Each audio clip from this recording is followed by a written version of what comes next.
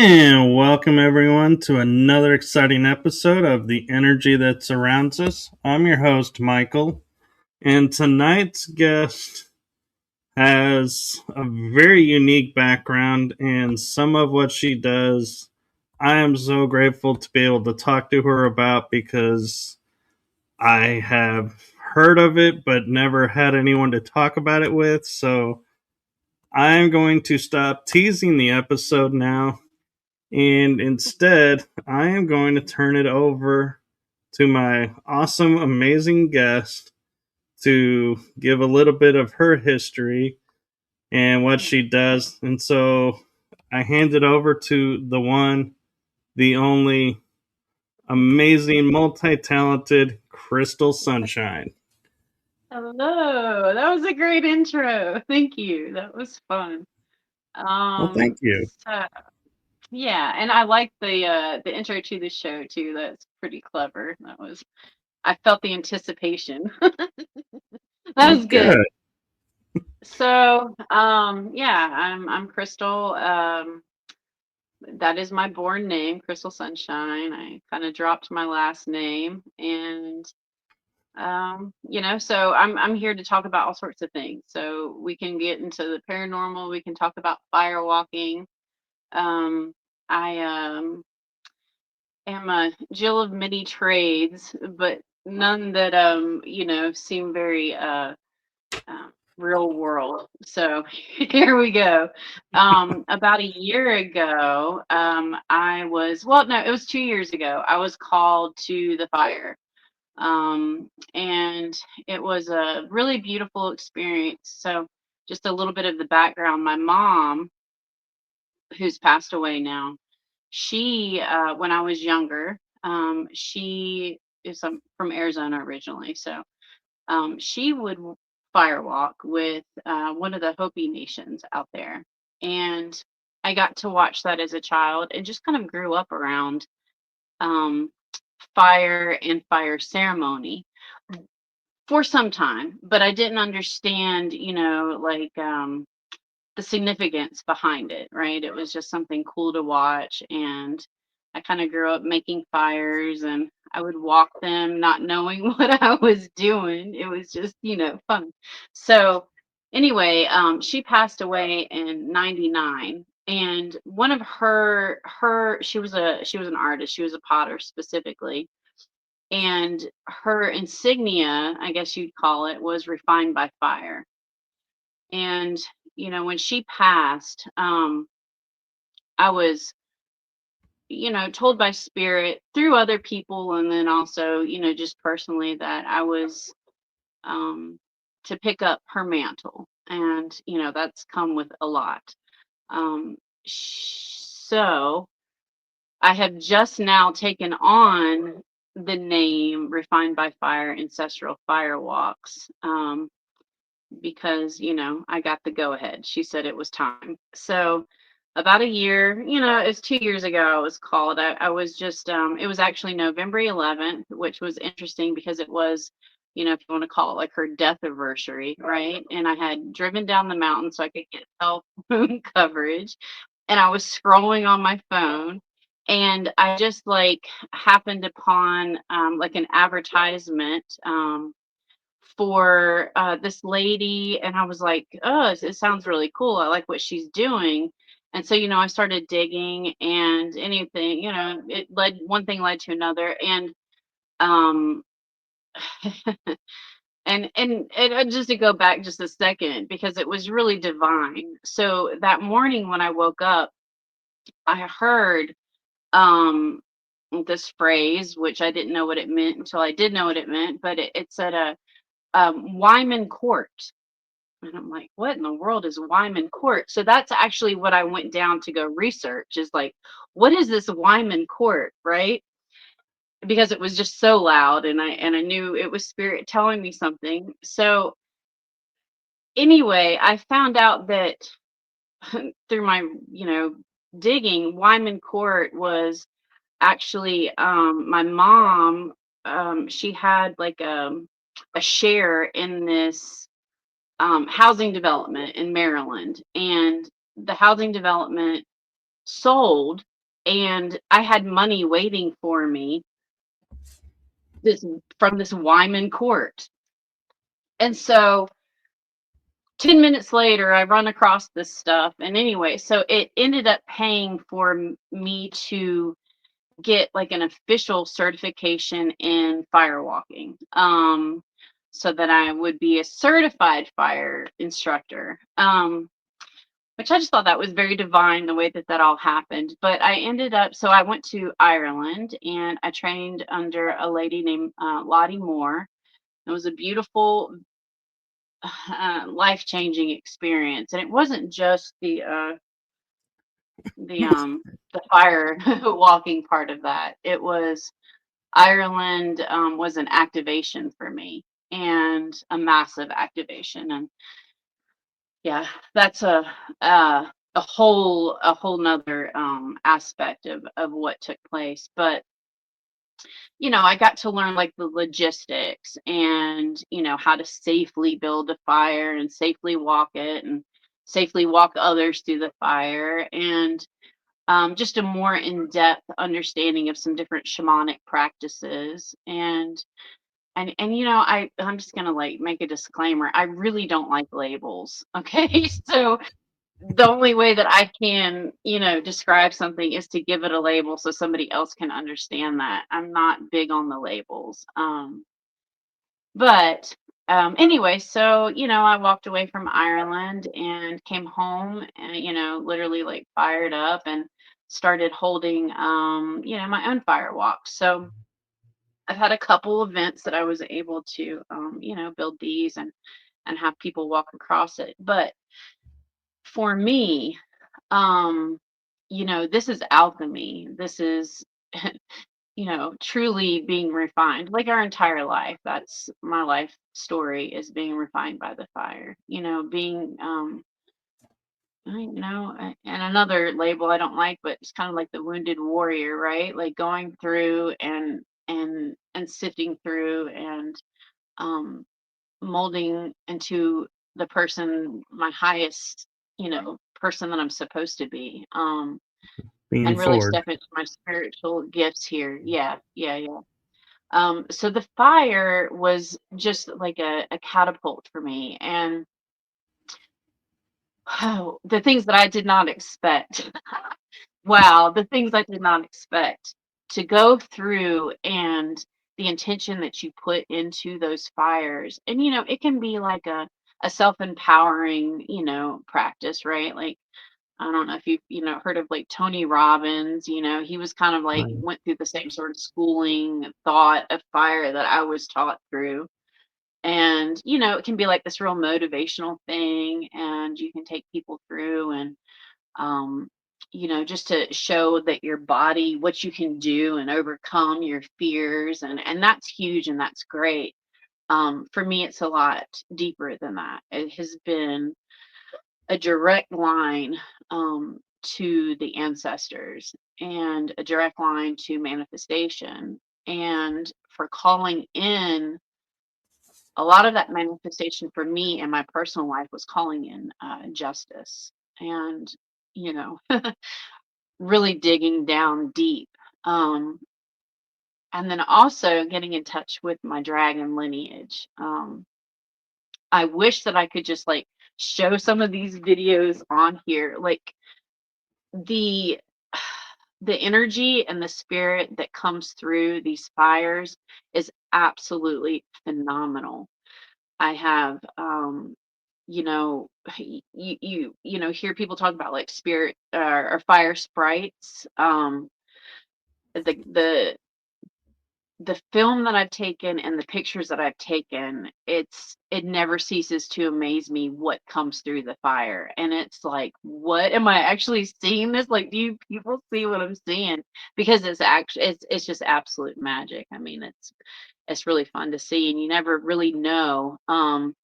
And, I've seen some dark things come through and then some really beautiful light things. But my favorite thing was a fire that was built actually in Ireland, as I was kind of coming into contact with these dragon energies, which I had never experienced before and I didn't expect to experience it. And you can actually hear it whenever I need comfort. I play this video because I know that that's one of my protectors, and it's I don't know, it's deep and it's primordial, and kind of gives me that feel like not too much can mess with me anymore.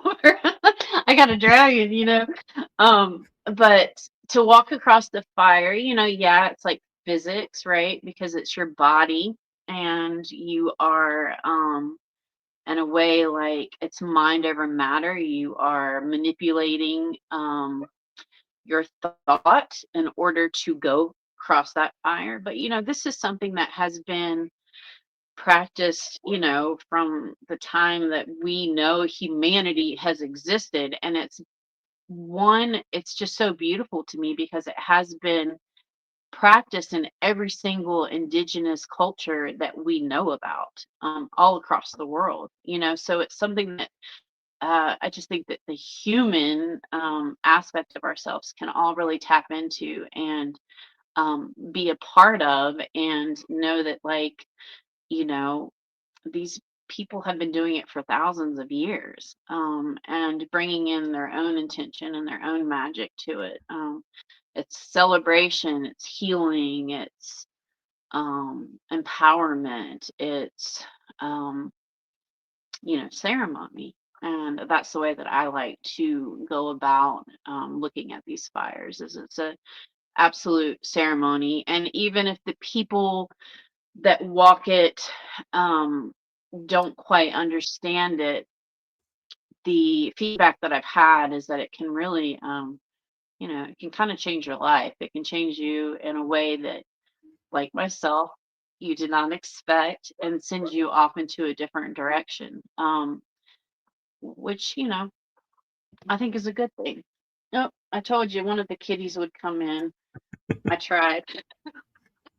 I tried. This is Benji. Um, and He's so so cute. yeah, I guess yeah, this is Benji. She's an old mama.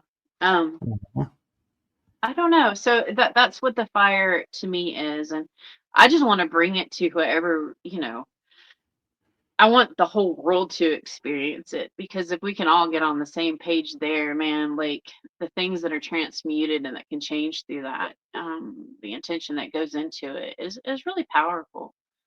Um, I have a couple that I'm gonna collaborate with in starting in January. So we have about 3 fires that are planned. My goal is to start holding them here on my property where I live. I just need to, get a little more infrastructure in and make sure that I have water ran down to the place that we can walk. But 'cause we don't want to like burn the forest down. But it is a safe practice as long as you are mindful, and you're not just, it takes a specific kind of wood, and you need it to be, a specific heat, and then you're going down into the coals. So you're not actually like walking through flames, although you can. And I have seen this done. And there's some really extreme stuff going on, which I would love to experience some of the more extreme.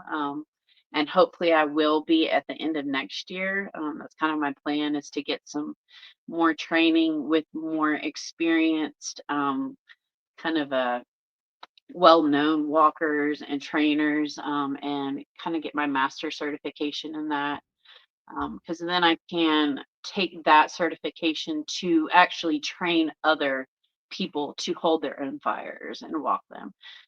I mean, and that's another thing, labels, like, right? Because we can do whatever we want to do, but in honor of the people that have come before me, I'll do it the way that they say.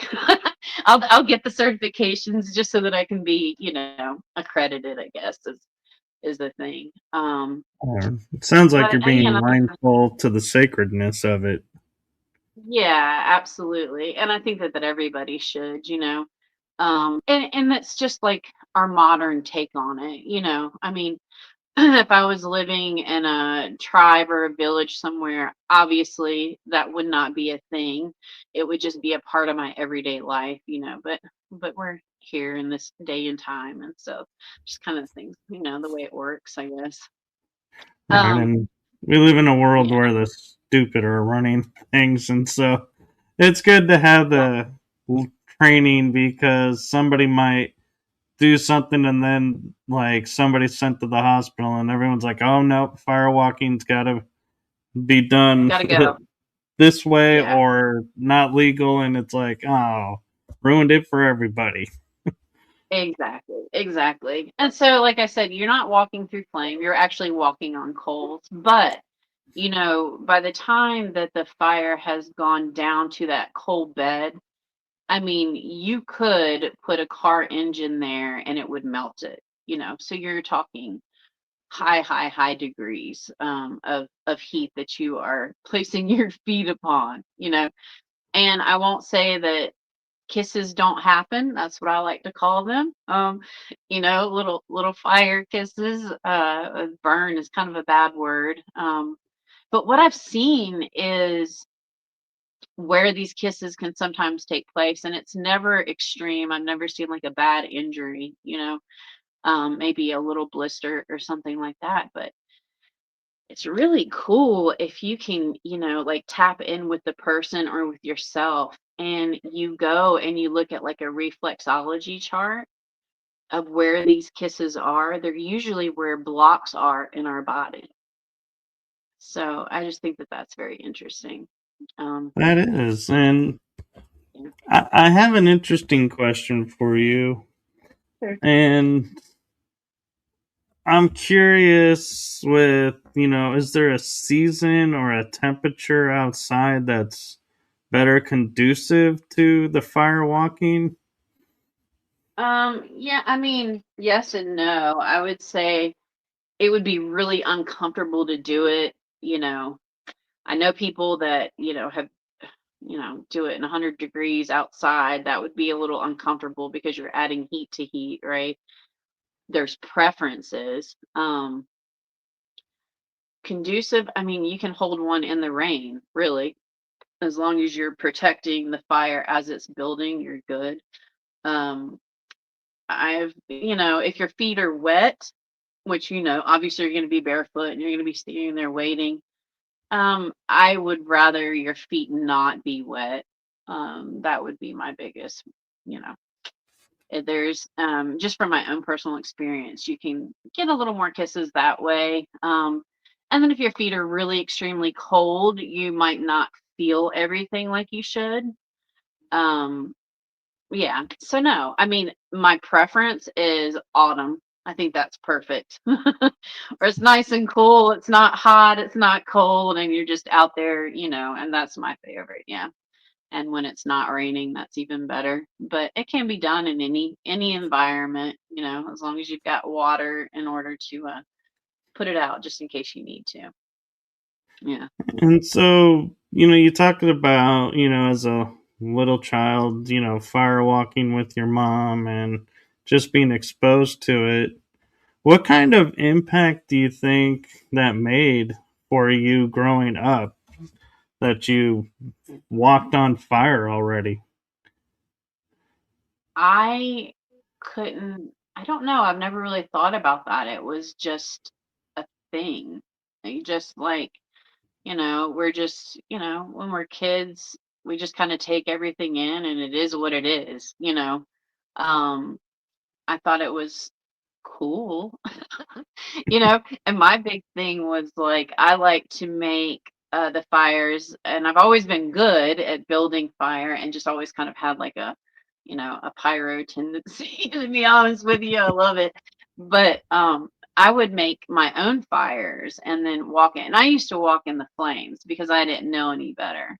So that just shows where it's like the mind over matter, right? Like if you're not focused on the danger of it, and it's, I don't know, your body can do really amazing things.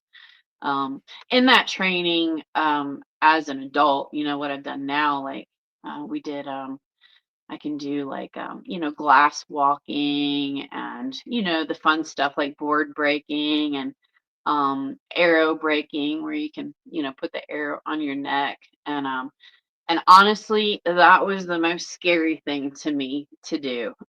It took a lot of courage for me to step up and allow an arrow to be pushed into my most tender spot on my body and have that break.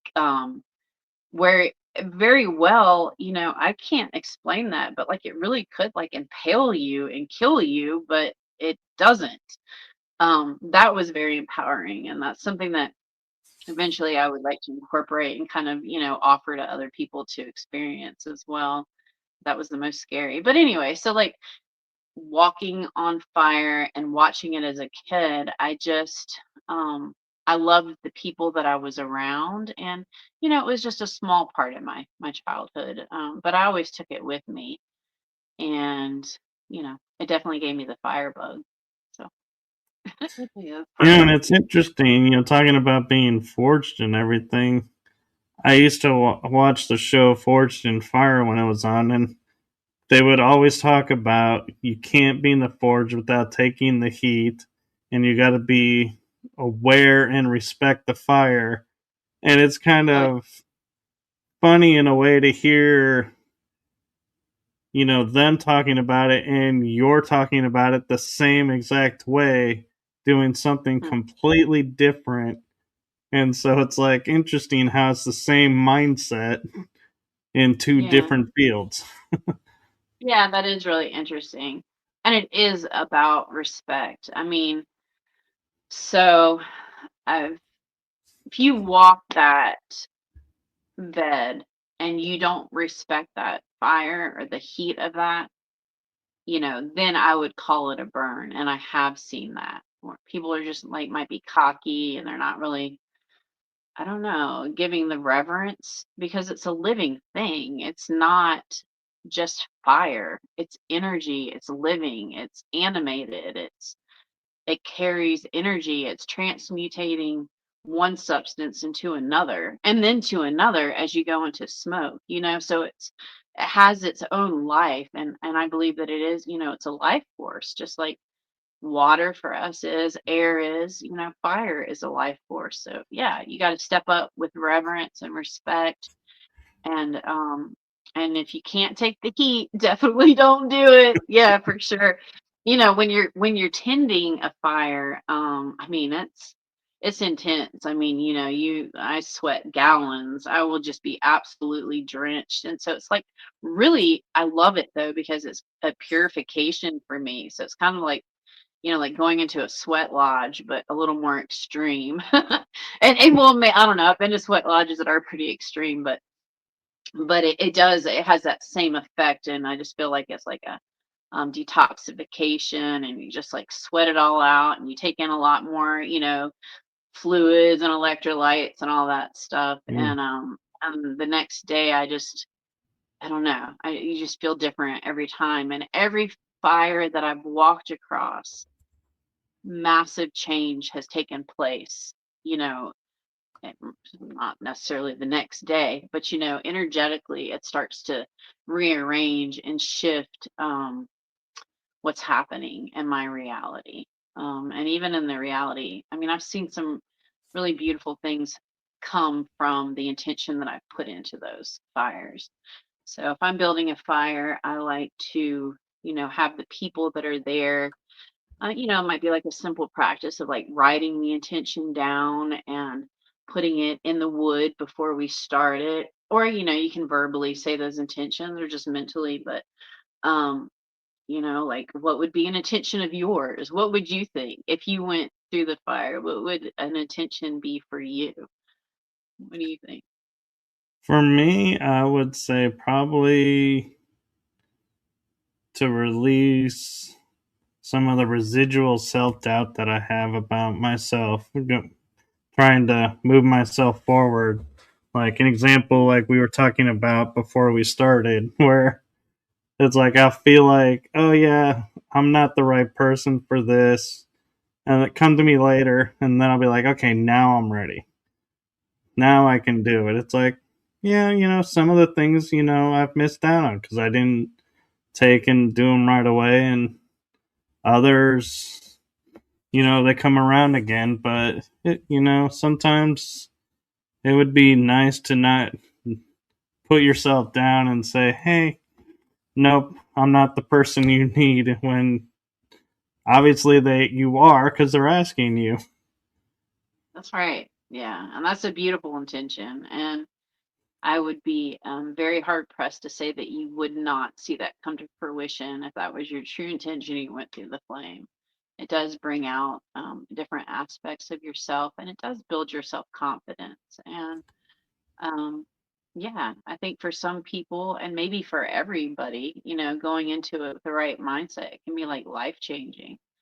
And the thing is, too, is like the fire itself matches your energy. So I don't know if you've ever seen, like, I haven't seen it in person, but I've watched videos and it's mind blowing where people in a village and they have these fires that they create, and just based on the intention and the chants and things like that that they do around the fire, I mean, you can make that fire, spin and turn, and create like little fire vortexes and stuff, and it's just it'll match that energy. So it's like you can go into it very quiet and with reverence. But what I find is that it's really good to get your energy up really high. Um, and just kind of like get yourself pumped up. Sometimes I just like jump around and, like get my body moving, and because I'm pretty chill most of the time. So it's like, okay, I got to get this up, I got to get my energy up to match those flames. And so that we can meet each other on the same level, if that makes sense. It does, Um, and I'm feeling in the back of my head like I'm hearing the voice of. I'm sure you've been asked this a dozen times, but it's like I'm hearing, ask this for the people who are watching the show because they're not here right now, and that is it better to walk fast or slow across the fire? And can you actually dance across the fire? oh, yes. Oh, yes. Fire dancing is that's my favorite. Like, I want to make a big circle and just dance and dance. It's I call it you get fire drunk. I mean, it's just a feeling that I don't know how you can explain that. But when you go across the fire, you're walking with a purpose. So, what I tell people is, so I'm standing at this end of it, and say that, the other person that's going to greet me is standing at the other end, the end of the fire. You're just walking in a line with a purpose. If you dilly daddle, you're probably going to get kissed. But not always, Some people walk slow and they're just fine. And some people run and they get kissed, So that's where I mean, like, you gotta match the energy of the fire. I mean, that's the best way to do it. You can still get through it and be okay if you don't, because not everybody's gonna understand that, But that's like my role as, um, the fire keeper or the fire tender there is to understand energetically what that fire is trying to say, and then help the people, get them prepared for it. So I've had very somber walks, and those have been more personal for me, specifically. But yeah, it's I just say walk with a purpose. Like you're on a trajectory, you're going somewhere. Um, So and I have an running, interest. yeah, Yeah, yeah. yeah. Go ahead. No, that's it. Running, I've seen people get kissed more running. So yeah. Okay. You mentioned your energy being high to walk on the fire. Mhm. So if somebody would say just lost someone and's in a sad place and is like, I want to do something to push myself out of my comfort zone and, do this. Would fire walking be possible, or would you say, hey, I don't think this is the right space for you because your energy is not there? No, I think the exact opposite. And that again is what I mean about the people that are attending the fire. What are their intentions and what energy are they holding? Because we're creating a container, right, for the other people there. Um, and like I'll just say, like for example, a walk that I did here in Western North Carolina last year was it last year? It might have been this year. I'm sorry. The things are slipping, but um, the we lost a lot of people and a lot of things here in Western North Carolina after Helene, after the storms, and a lot of people were very, very directly impacted, and a lot of life was gone, which I mean, I'll kind of get into it a little bit. The news did not report that accurately, and the numbers of people that went missing and that have never been found are not reported accurately. And anyway, so I held a fire in one of the hard impacted areas. And, my intention for that was to bring healing and to release the grief, right? And I don't know, I probably had like 50 people walk it, maybe somewhere around there.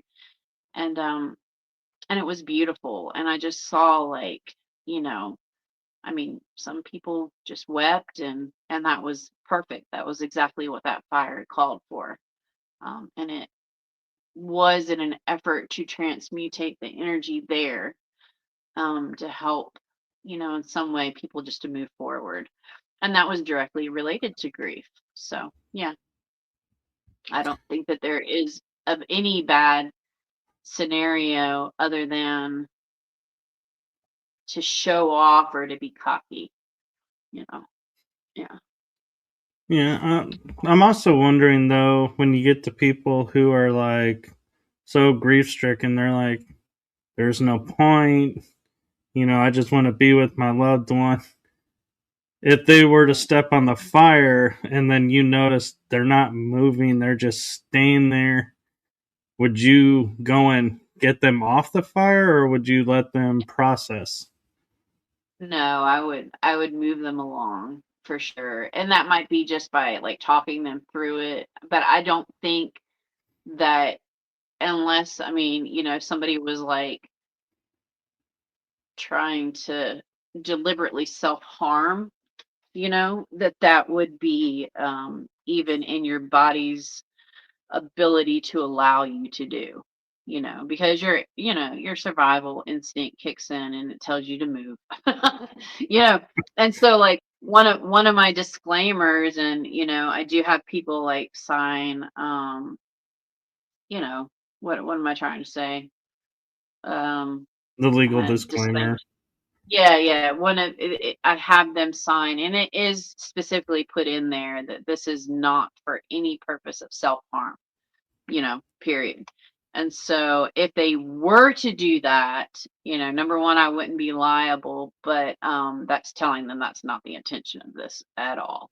It's not to self-harm. I hope that nobody gets hurt or, feels any kind of discomfort, that it's just a empowering, experience and a release.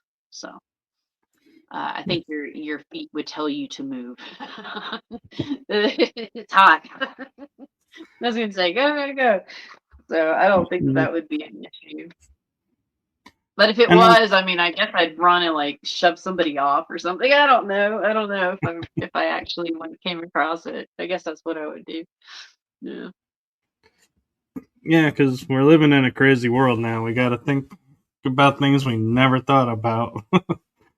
This is true. This is true. And that's what also like I like to have a team of tenders with me, um I have some really beautiful people that have worked with me, and I like to have people on both sides and at both ends, just to kind of, bounce the area and, gauge where people are at and what they're doing. And also the release of like no controlled substances, that kind of thing, because that's putting you in a different altered mindset where you're not able to be fully in touch with your body. I mean, that's the point of it, is to I mean, that's grounding in a very extreme way. That's the point, is to ground yourself um into that space. So, it probably wouldn't be great if you were like eating a bunch of mushrooms and try to go across the fire. That might be a little intense. I mean, I'm not saying that couldn't be done, but you might have like a higher degree of getting injured. And then the big thing is like no alcohol. And that comes back to like physics. I mean, obviously you don't want people intoxicated, but it thins your blood, and you will get kissed. I would say that I would call those burns. Like if you're intoxicated, that's much more likely to happen. Yeah, Well, and I would imagine if you sweat alcohol, that probably wouldn't mix well with the fire. this is true. Yeah, exactly. Yeah, so like no intoxication, and not to say that like a cacao ceremony or something that's slightly altering is not welcome or could not happen. And some people choose to do it anyway, I mean, but I'm not liable for that if you do. But I would definitely like, I gauge it, because some of these are like at events, and you might have alcohol at that event, there might be drugs at that event, so you just kind of have to gauge and see where people are at, and hope that they are being wise enough, and then say no. I've had to tell, this last walk that we did, I did have to tell a couple people no, you are not in the place to go across the fire, because people were like, oh yeah, that's so cool, I'm gonna go do this. I'm like, no, you're gonna get really hurt, like you're not allowed to walk this fire. You have to do that sometimes. But and that's the thing, is like, my perfect world, I would have it in an area with people that are just like all on kind of the same wavelength, but not really, because you've got to meet people where they're at, and hope that it does something for them and changes them in some way, or changes their circumstances in some way, or shows them Right. something that you've seen before. So those are all risks. Um, but so far I've been I'm, lucky. So yeah. And I'm kind of curious with, because this is ritual, what do you do with the ashes? so ashes, what I do like to encourage people is, after the fire has died and everything is done, if they would like to take ashes home with them, to do so. And it's really depending on like where you have it, because you have your ritual there. Um, but what do the people that own the land want to do with the ashes?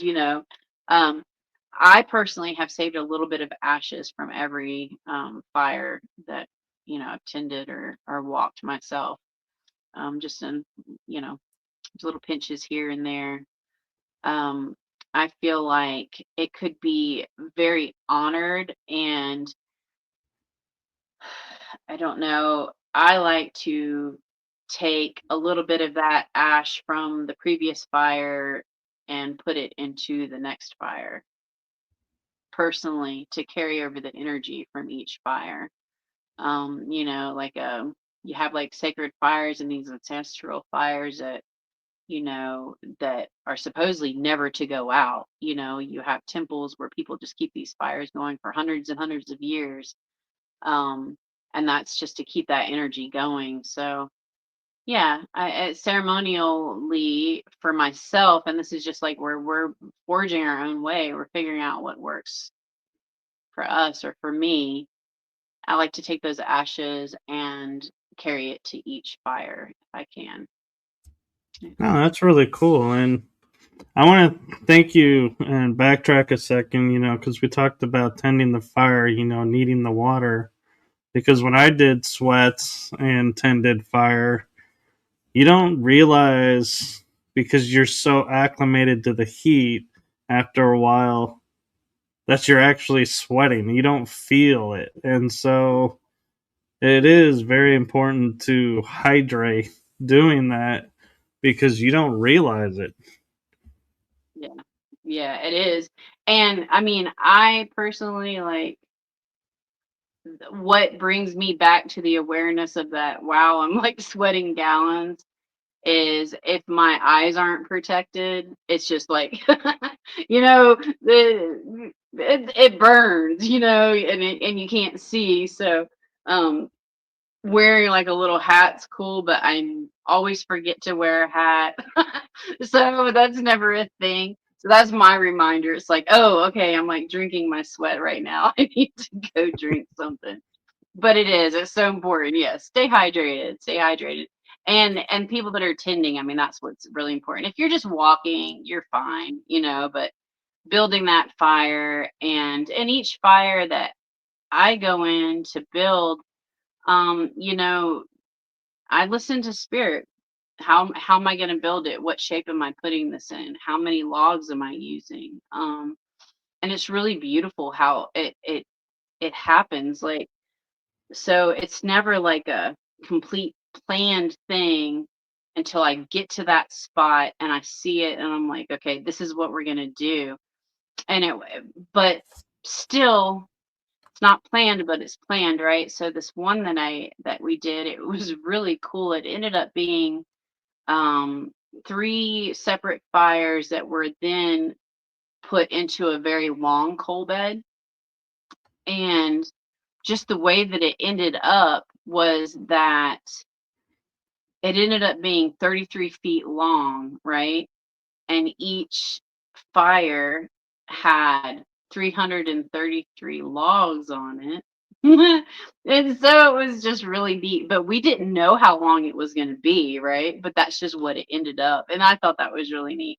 So it's like, kind of fun to play with some of the sacred numbers and shapes and things like that. And you can get really creative. And like I had the like privilege of going and helping to tend a fire with Kevin Axtell, which is kind of a big deal in the fire world. And he was doing a master training for a guy named Dennis Warlock, which I'm also going to be collaborating in January with. And we built a fire temple. Now, who taught the fire temple? And I'm going to butcher his name. I know the only part that I can say is Tar because he's Hungarian. So I'm so sorry. Like I wish that I could pronounce his name. I don't know the correct pronunciation, but that is who I'm hoping to go and do training under in at the end of next year. And he goes into very deep Hungarian shamanic practices and oh, I just thought it was so magical. But anyway, so this was his fire design, and it was an actual temple where, we created well, not walls, but, post of walls and created like a ceiling to it. And so we got to it was only three of us and it was a fantastic. So we danced in the while it was burning and the flames were everywhere and like coming down, and it was, I don't know, that was the coolest one that I've ever done. And that one for me moved some mountains and really set some things in a trajectory, which you ask spirit for things and just say that, I want to break through and somewhere in my life. Be careful because you don't really know what that's going to look like. So always ask for grace and ease. I'm learning. Exactly. I'm learning.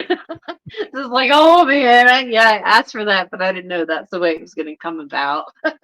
But Yeah. nevertheless, you get to the same destination, I guess. But that one was really, really, that was like I can't wait to do that one again. That was magical, and I just It felt really sounds like it. privileged. Yeah, to be able to learn, how to do that in a safe way, but then also like be a part of it. And I would have never imagined that you could do that, you know, build a temple and get to dance in it. And that was, yeah, that's been my very favorite, like hands down the best experience that I've had with the fire. And that was just with the very, very small group of people. It was just three of, or no, I'm sorry, it was four of us total. And or yeah, no, now I think two more people showed up. But either way, three of us built it basically. Um, and that was really cool. I can't wait to do that one again. And I want to really learn some more of his techniques. Because you can get really fun with it and have like fire shows, and I like to have like spinners come out and people that can do like fire performances and just make it like a whole fire celebration. You don't want it, in my opinion, you don't want it to be like fake in the way that this is like a performance, right? But people like to see cool stuff. And so I like to, you know, find people that can collaborate and put together some really fun things. And so that's Yeah. kind of what we're doing with these next walks is we're collaborating, and we're gonna have spinners and just pyracants and do some fun stuff like that. I'm looking forward to it.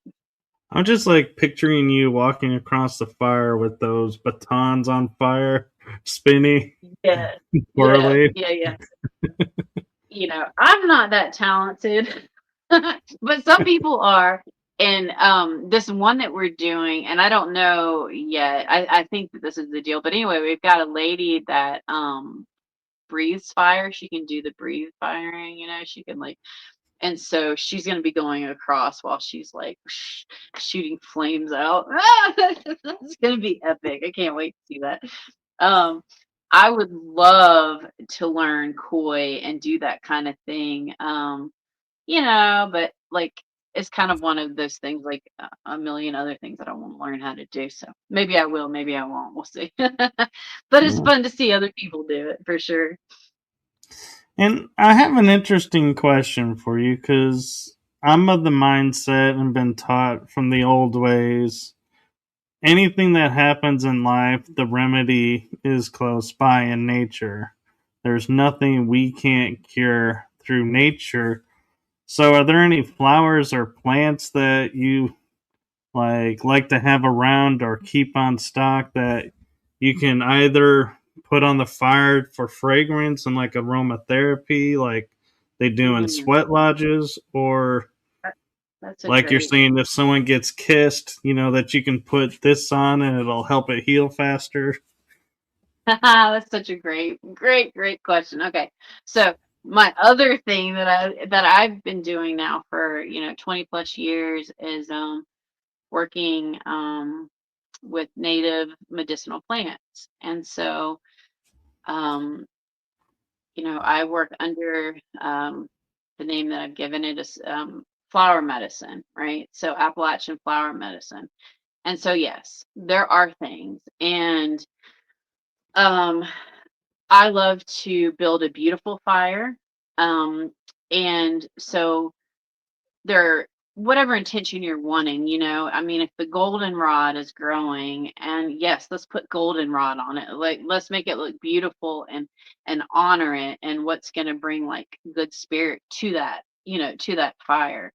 And yeah, you can do, you can put tobacco, sage, cedar is a beautiful, and it crackles and it smells delicious, um there's all sorts of things. Now, as far as remedies, if you do get kissed, I'm going to put a plug in here for myself because I make this amazing, amazing salve, and I mean, I wish that this was in every single person's household because I know what it can do, and the healing that it brings. And it's I call it heal all salve, right? So it's a mixture of a bunch of different medicinals that I hand forage here in Western North Carolina and put together, and it has healed every single kiss that I've ever seen. And in that is, a plethora of different herbs. But one is called Heal All, right? Which its name implies, right? So it's going to take that heat out and bring it down. And I put mullein and I put jewelweed and plantain takes the sting out. So yeah, there's a lot of different things that you could use. But I always keep that readily available for anybody to use if they need it. It's the Heal All stuff because it just like it's amazing for burns, so kisses, whatever. But anyway, yeah, it's good stuff. Yeah, there's things that you could use. Some people, their go-to might be aloe. I mean, I don't know, but I work with what's native and natural to me. So, and the plants that have spoken to me and taught me how to use them and what to use, and so that's what I do. Yeah. Yeah, so I'm kind of curious too, as you're talking about the connection to the past and everything. And I know we're like 8 minutes to the hour. And so I don't know if you have time to answer or go into this, but do you, do you feel like the guidance you're given is yourself or from another source or another dimension maybe that's helping you with these fires? Another really good question. I think that it's all of those things. Um, Everything's connected. Nothing is separate, right? All matter, all energy is all interwoven and it's all connected, just like mycelium.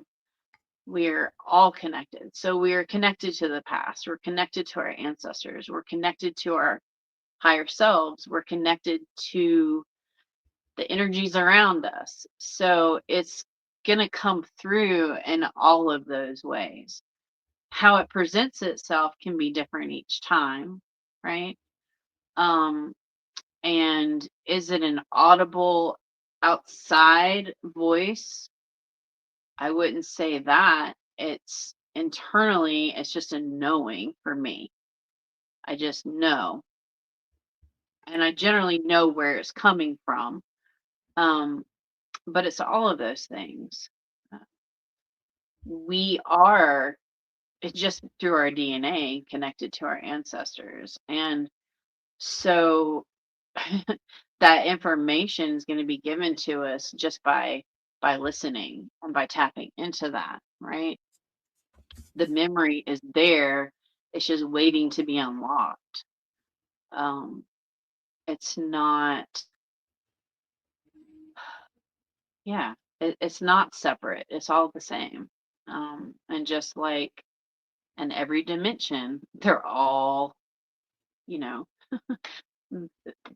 they are all happening simultaneously at the same time, yet different in different times. It's just that whole swirl of creation. It's all just going like this, folding in on itself.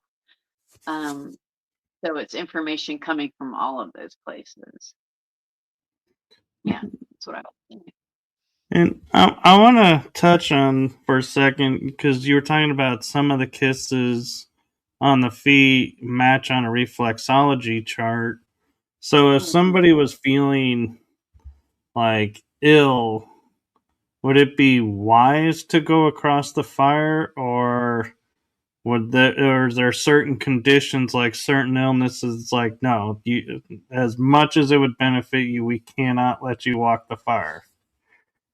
Um, so I have seen and heard, well, I've heard more that if there is something that is malignant in the body, such as, cancer or a tumor, um, that's going to show up more in blister form, right? So there's more of a chance for a burn there. But there again, that can be a really hidden blessing because somebody might not know, right? And if they really look into it, they might find what's happening.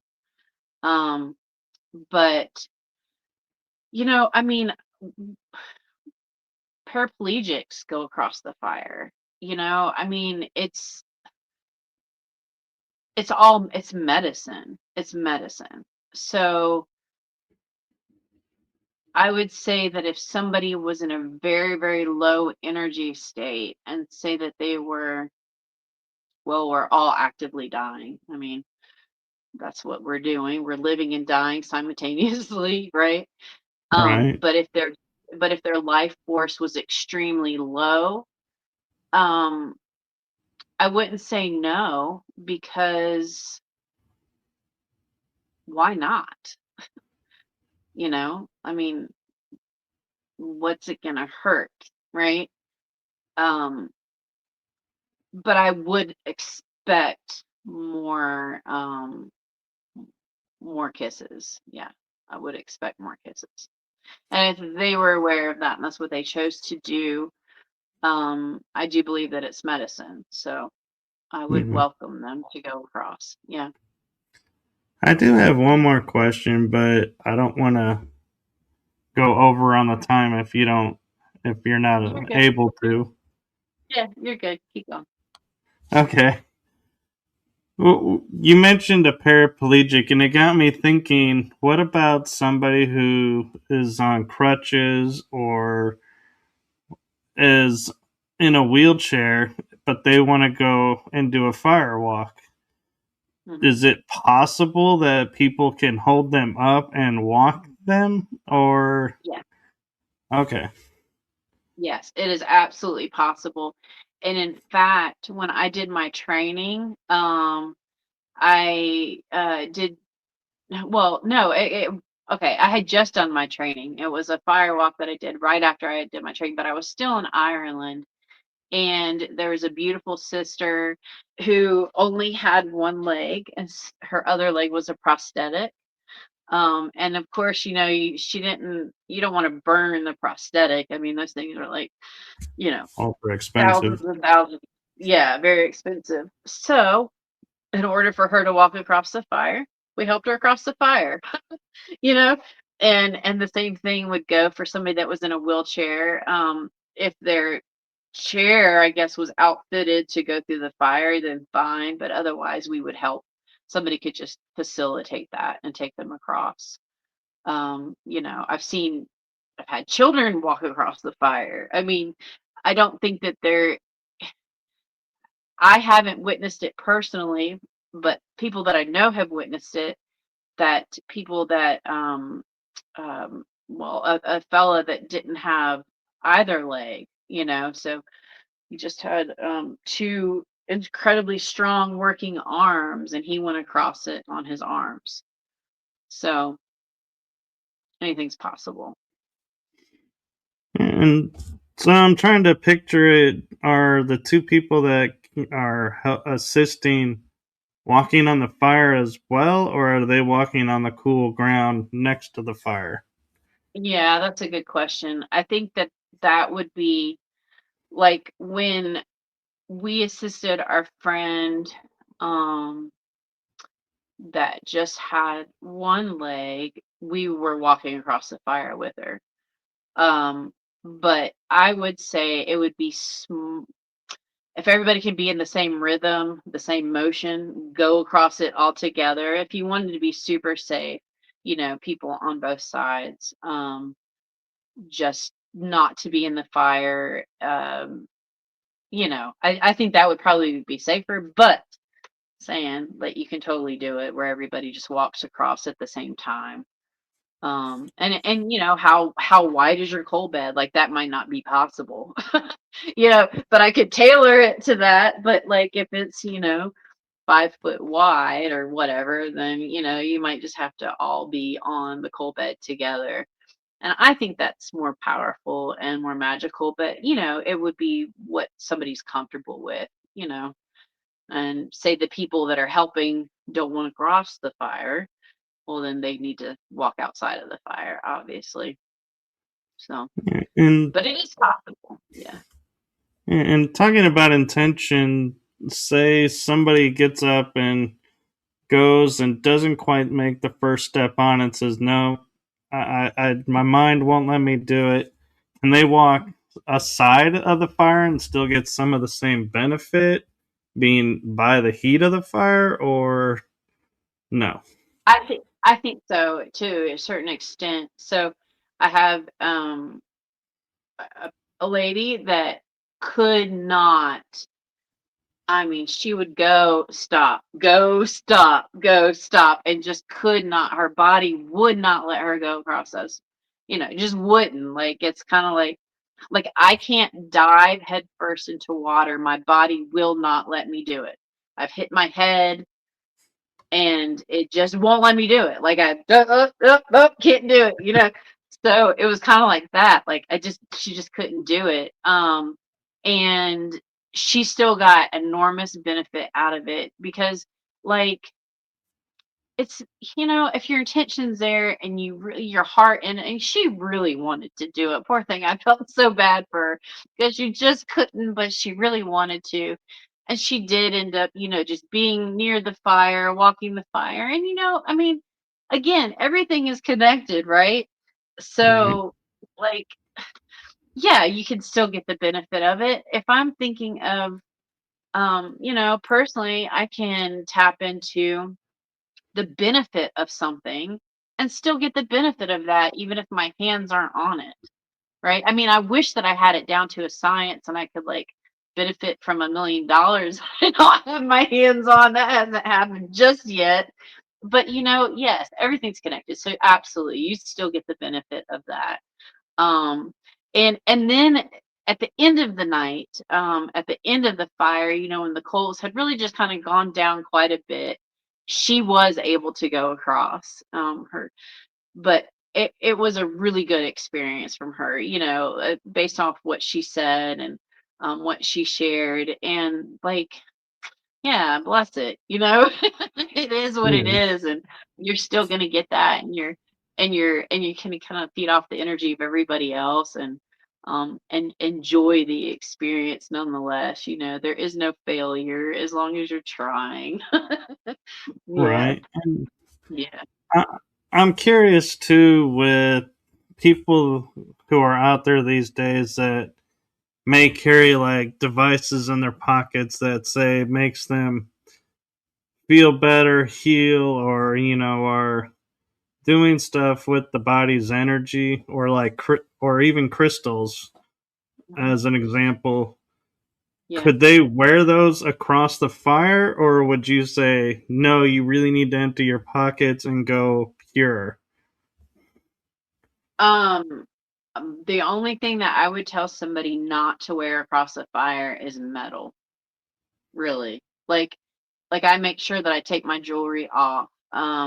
But I personally always go with something. So I might last one, I might walk with this. Um, it just depends. Because this will be cleansed as I walk through the fire. So I'm gonna carry that with me if I have it, just depending on what I have. But yeah, metal is, yeah, I've personally gotten burned by forgetting that I had my necklace on. But I'm also tending, right? So that's a little bit different. But as you're just going through it, you probably don't want your phone in there, just like you wouldn't want it if you were on a boat or something. You don't want it to get broken, but I don't think that there would be like, yeah, I don't know. It's personal preference. Like if you don't want it messed up, you might not want to do that.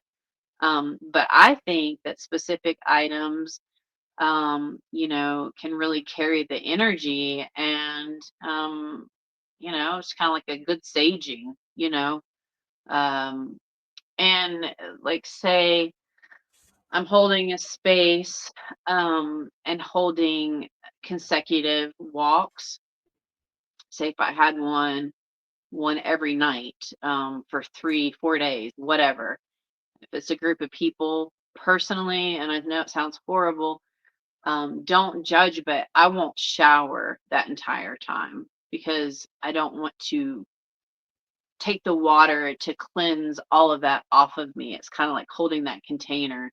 I have a scarf that um, I've worn through many fires and sweat lodges and stuff like that that I still haven't washed. Because I just want it to stay. I just want it to be there. Um, and yeah, so like, what is your intention again? And what have you got? Like, I don't think a phone would be appropriate, but then you might want to like film it. I mean, I don't know, but there, like, it's really hard to film the walks. Like, there's not a lot of really good footage of people walking, just because of the nature of it. Like, it's hard. It's hard to film that kind of stuff.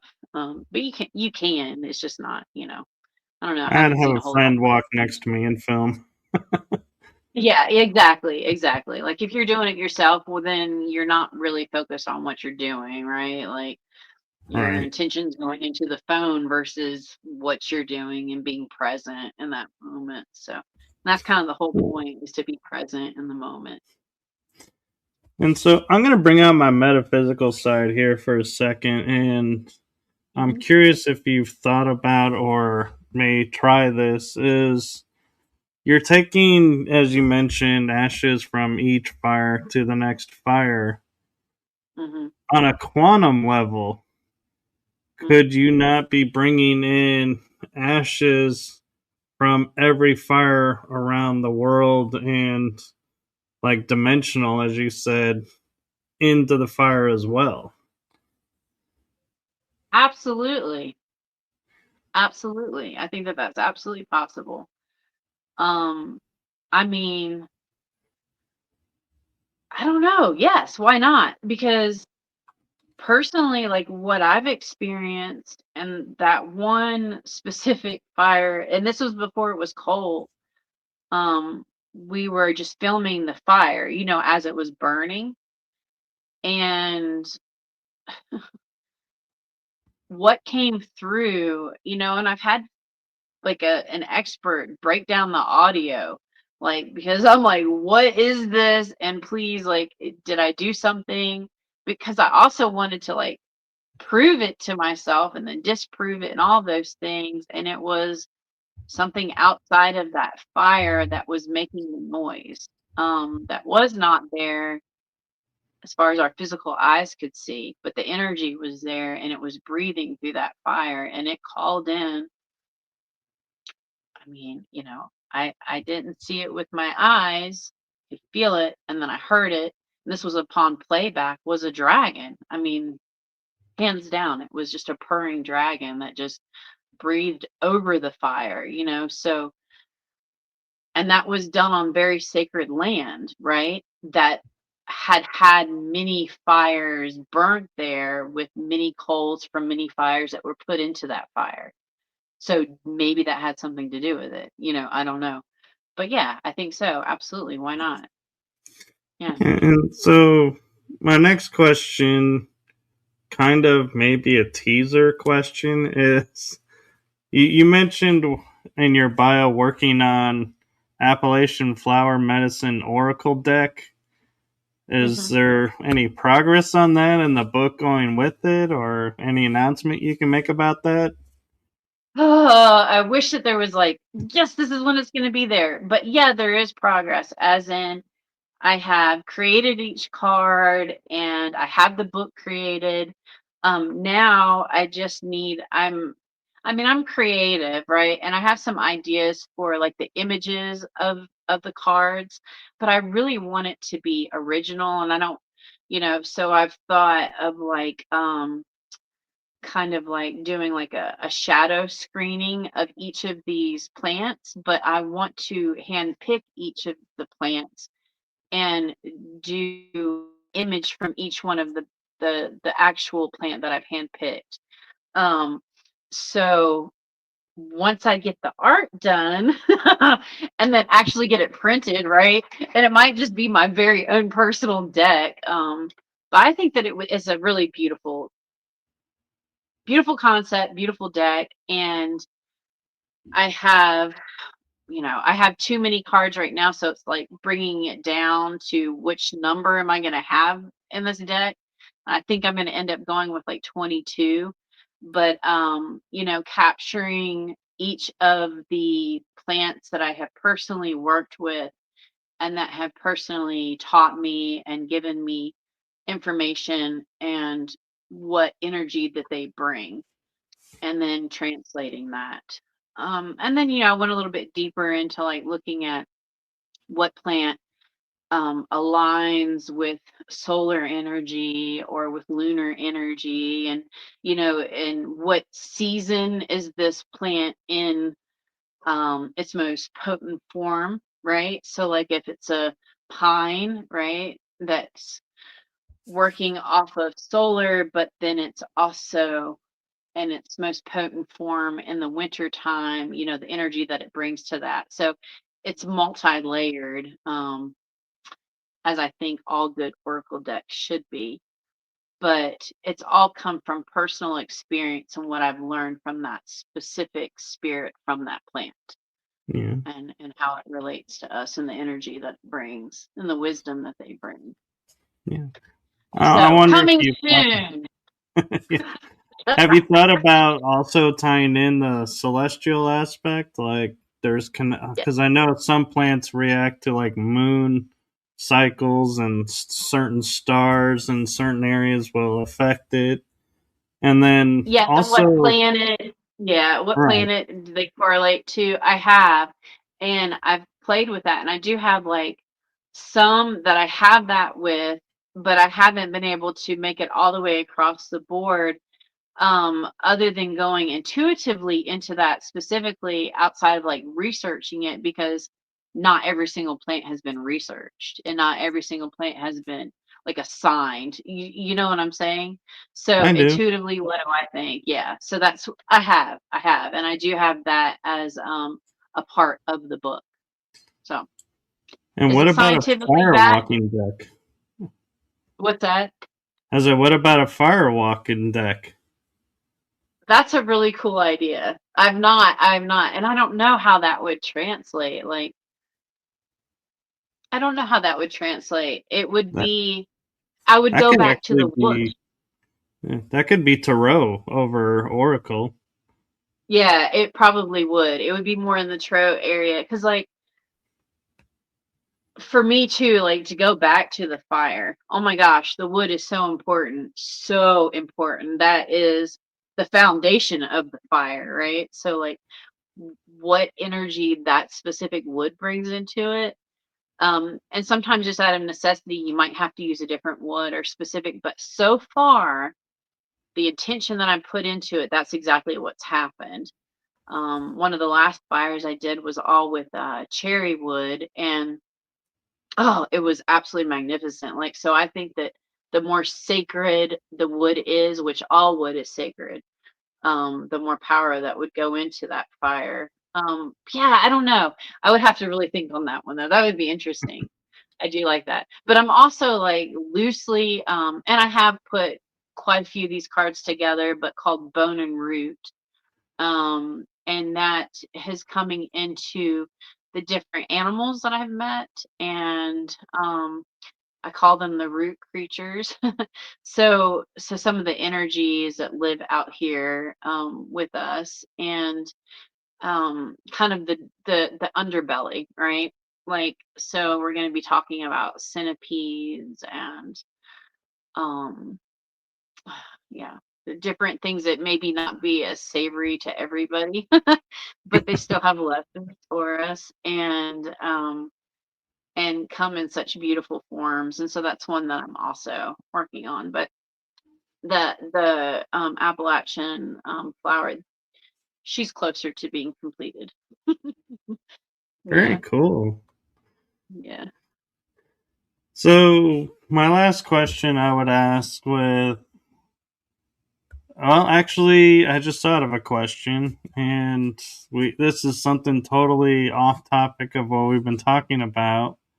Is Mhm. because I have your bio up here on the side, like on a teleprompter sort Okay. of screen, so I could reference it if I had a question from it. And I realized I haven't asked you about being a soul referral guide, and I'm like, how have I not asked that yet? That's okay. We can always have more discussions too. Yeah. So how I would put that is, again, I don't like labels. Okay, disclaimer, disclaimer. I don't like the labels, but I've worked as a death doula, and an end of life specialist, however you want to say it. Helping people through transitions from one plane of existence to another, and in that, a lot has led up to that. I mean, it's my whole life. So it's helping these souls not get stuck here and not be recycled again. And that's come in many shapes and many forms and very individual to the person or the energies that I encounter. Um, the most profound, and this is a whole thing. The most profound, I don't know if I'd say profound, most intense experience um, was actually helping a bunch of children out of the mouth of a or the belly of a beast. And these energies find me sometimes and they call to be moved to different places. And sometimes that is by actually transmutating that within myself, um, or an outside energy. And I know that sounds very vague, but it is complex and it's really hard to articulate what that looks like, other than going into like the real physical of it. But if I'm working with a person who is going through their life transition into what we call death here, right? How can I help them out of this reincarnation loop? How can I help them not be lost here on this plane anymore and go to back to source? I mean, everybody's got a choice, and if that's what they choose, then it's a matter of working with them to sort out all the things that they need to sort out, and it does come down to spiritual warfare a lot of times for me, and it can be really, really intense. And I've encountered it where the person didn't know that it was happening, and then I've encountered it where the person was aware that it was happening. um, and my mom was my greatest teacher there, because just going through the experience of when she was going through her life transition and her fear, because she saw a lot, she knew a lot, and was to be stuck here. And I'd be like, damned if that's going to happen to anybody else. Not on my watch if I can help it. So, and I know that, and I truly, truly believe this with every inch of me. Like, this is my last reincarnation here. I'm done being recycled, and if anybody doesn't want to come back, or they don't want to be recycled into a lower vibrational plane, then let's do it. We can do it. They can do it. Yeah. Very cool. And so the last question I have for you is simply, I say simply, it may not be simple to you. It's, if somebody is coming from a place of fear and wanting to do this, but their fear is getting the better of them, what advice would you give them? Mhm. What is it that you fear? Let's look at that. And what would be the opposite of that fear? And that's what you want to do. And that's what you want to focus on. So if it's a fear of being burned, what's the opposite of not being burned? Not being burned. And let's focus on not being burned.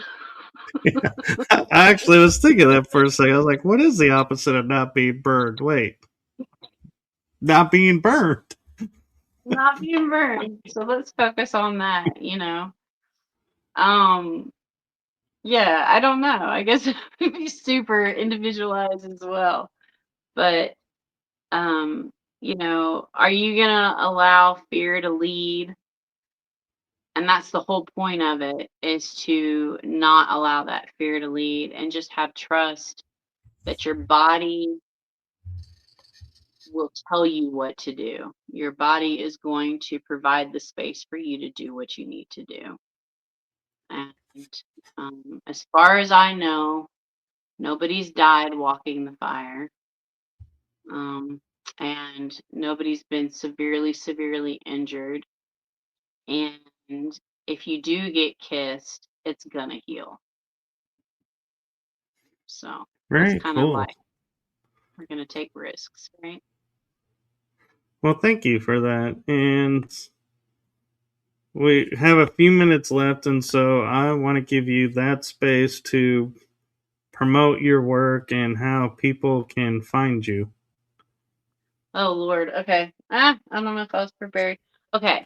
So where can you find me? You can find me on social media. I'm pretty active on Facebook. That's one of my favorites. I'm a little older, and so that was my jam back in the day. Kind of stuck with it, but that would be Crystal Sunshine Hensley. You can find me on Instagram, and that's Flower Medicine. Um, you can, email. I do have the website domain. I have not launched it yet, but that would be Flower Medicine, or Appalachian Flower Medicine at .com. So that's that. And then I will be launching a YouTube channel very soon, and that's going to be a surprise. We're going to do oracle reads. I delve into a little tarot, and that'll be on there too. But channel messages and just discussion, that sort of thing. And that is Refined by Fire Spirit Alchemy. You've got a dog too. Two little ones. I think a squirrel Uh, walked by. that's funny. That's funny. Yeah, so that's Refined by Fire, Spirit Alchemy. And on all these platforms too. And then I've got Shakana Crossing LLC, or it's just Shakana Crossing End of Life Doula Services. I also have a page dedicated to that. If you are in need of a death doula, if I can't do it, I can hook you up with somebody that can.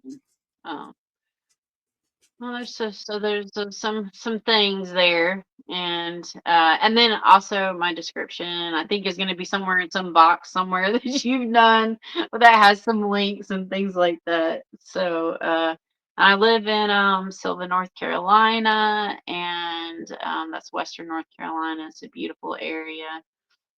Yeah, so that's how you can get in touch with me.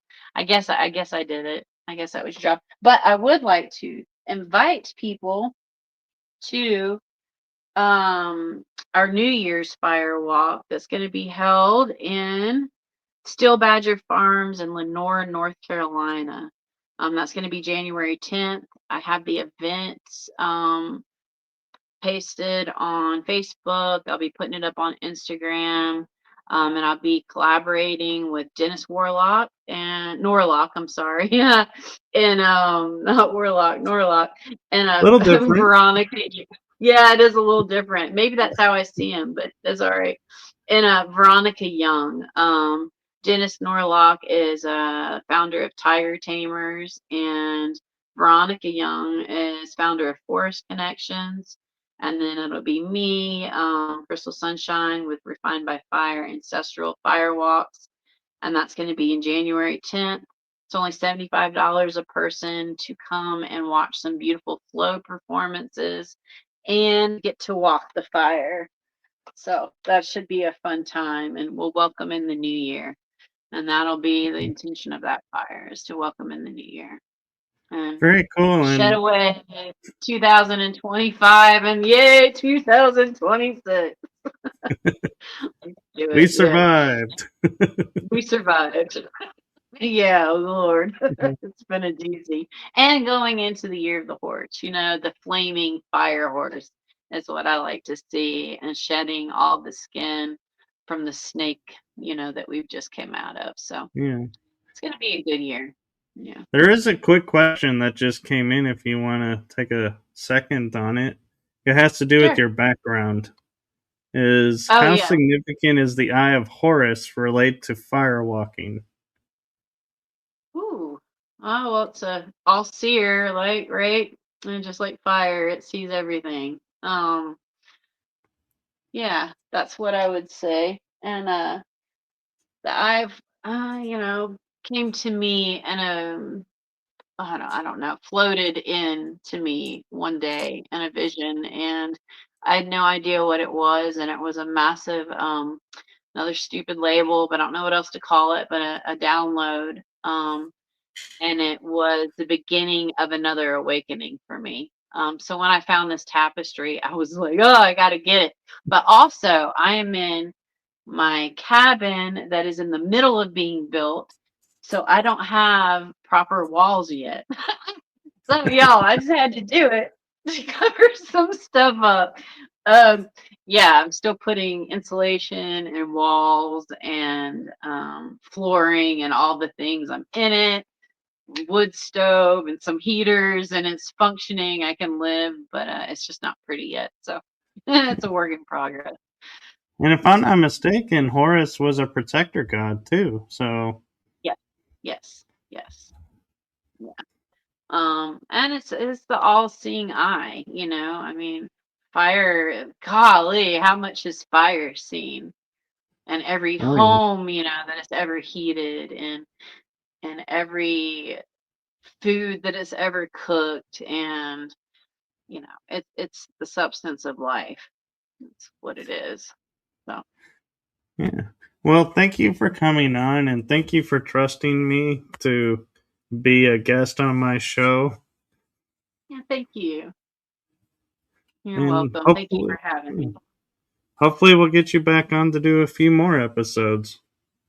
That would be great. I've got lots of things, lots of stories that we could talk about, getting into some paranormal stuff too. That would be fun. Uh, So keep an eye out. Next season, season 4, you might be seeing her popping up. That'd be So, great. well, one last thing before I let you go and we go for the night. I just want to say to you, my heart and the heart of my shows, to you, thank you for what you're doing for humanity. Thank you for that. Thank you. Thank you for that. And like so much gratitude just back to it. There is no you're welcome. I am only doing what spirit tells me to do. And that's mother, father, that's creator. And I'm a vessel, Yeah, just like a pot. And I'm being it's refined seen. by the pot. Yeah, it's Yeah. seen. So thank you for that. And with that, we are going to say goodnight to everyone. Good night. Good night.